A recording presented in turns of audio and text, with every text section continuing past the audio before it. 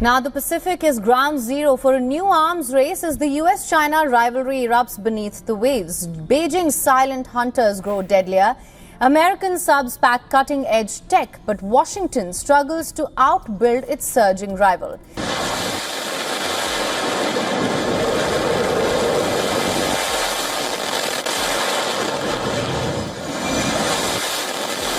With every launch and commission, the world's two superpowers are racing ahead for global naval supremacy. The US Navy's submarine force has reigned supreme, an invisible, lethal arm of American might.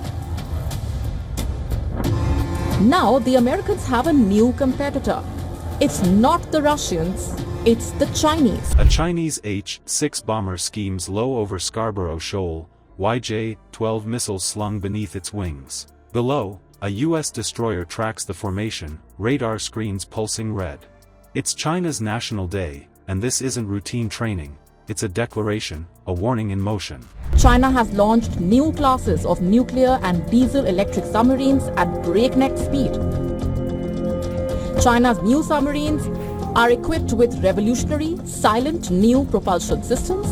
They are getting quieter and more lethal. While the US still holds the lead in core technology, the stealth of its Virginia-class submarines remains unmatched. Its industrial base is buckling. Armed with cutting-edge anti-ship missiles and now even hypersonic weapons. When that missile streaks across the sky and alarms blare on the American deck, the question is simple. Was this the moment the South China Sea almost ignited? Before we move on, I'd like to ask you a small favor. If you appreciate this content, please take a second to like this video and subscribe to the channel. Over 98% of you watch the videos without subscribing. It costs you nothing, but it makes a huge difference to us. So, did you click the subscribe button? Great! Thank you so much. Now, back to the video. The US struggles to produce more than a handful of new submarines a year, leaving its aging fleet vulnerable to China's relentless shipbuilding blitz. Already, US commanders say Chinese subs are patrolling further, testing boundaries from Guam to the Indian Ocean. This is a cold, calculated race where a single mistake could have catastrophic consequences.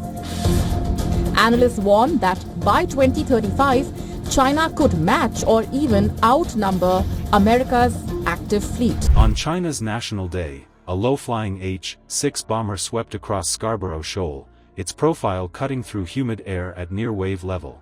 The flight looked like a celebration pass, until sensors picked up the YJ-12 hanging beneath its wing. Every nation watching understood the timing wasn't random. It was a message broadcast in steel and fuel. Scarborough Shoal, a half-submerged reef that barely breaks the surface, has become a test of endurance. Patrol routes overlap, and sovereignty claims bleed into each other. Around it move coast guards, ballistic sensors, and drone relays. The US calls these waters open, China calls them its front yard. On that day, the reef became a stage for something larger, control of the sea itself. By midday, the formation hardened. The arms race is heating up and becoming dangerous. The question is simple but chilling. When two giants stalk each other in the deep, how long before a shadow turns into a spark? America's allies from Australia to Japan are now rushing to bolster their fleets. Canberra is investing tens of billions under the AUKUS Pact, while Tokyo expands its silent service. J-16 fighters carved wide loops overhead while Type 054A frigates formed an arc below, their phased arrays sweeping west. The bombers filled the middle layer, their bellies loaded for anti-ship warfare. It wasn't noise, it was alignment, a display of readiness arranged for maximum visibility. From orbit to sonar depth, every asset served as a broadcast tower. On the American destroyer shadowing the zone, radar pings multiplied across the screen. Operators mapped targets in rhythm, every pulse echoed by another from the Chinese side. The ship's presence was deliberate, a signal that freedom of navigation wasn't theoretical. But now that principle floated just meters from an active strike package. At the far edge of the horizon, a missile pad flickered to life. Light cut through the haze, reflected on the water. For a brief moment, the destroyer hung on the verge of action, alarms armed but silent. Then the flare dimmed, systems cooled, and both fleets remained on station. What looked like a drill turned out to be a combat readiness patrol designed to probe reaction times, push limits, and measure nerve. The next move would turn this test into a near crisis. The YJ-12 dropped from its mount and cut through the sky at blistering speed. Every radar within range lit up at once. The horizon turned alive with signals, flares, and countermeasures as the calm blue water transformed into a live-fire equation. The escalation took seconds. Alarms screamed through steel corridors as the U.S. destroyer shifted to full defense mode. Decoy pods spat chaff into the air, a metallic fog meant to blind radar seekers. Bright orange flares tore upward, scorching trails across the haze. Above that chaos, jet engines roared while frigates below tightened formation. The South China Sea pulsed with electronic energy. On board, crew orders punched through the noise. The destroyer's combat management system locked the missile's trajectory and initiated the counter-sequence, automatic, precise, ruthless. This was the Arleigh Burke class at the limit of reaction time, relying on radar arrays and defensive algorithms fine-tuned for moments exactly like this.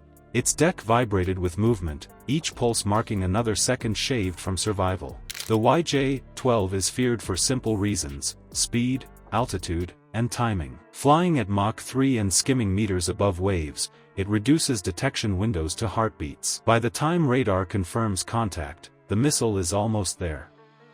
It's not a duel, it's a sprint to intercept. A steel predator using the sea's surface as camouflage.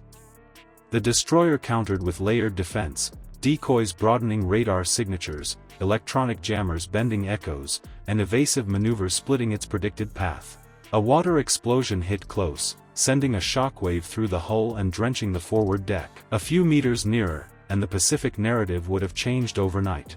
No side declared it live fire, yet the intent was clear.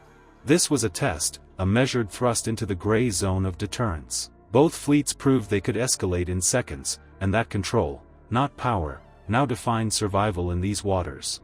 Deterrence now sits on a razor's edge. Every maneuver, every patrol, is both message and risk. Around Scarborough and beyond, radar pulses carry meaning louder than voices. One misread signal, one wrong climb angle, and the ocean could erupt without warning. This balance, fragile yet deliberate, defines modern power. Maybe strength today isn't shown by who fires first, but by who has the control not to. The weapons are ready, the target's clear, but restraint itself has become the currency of dominance. Subscribe and join a community that decodes modern conflict before it reaches the point of no return.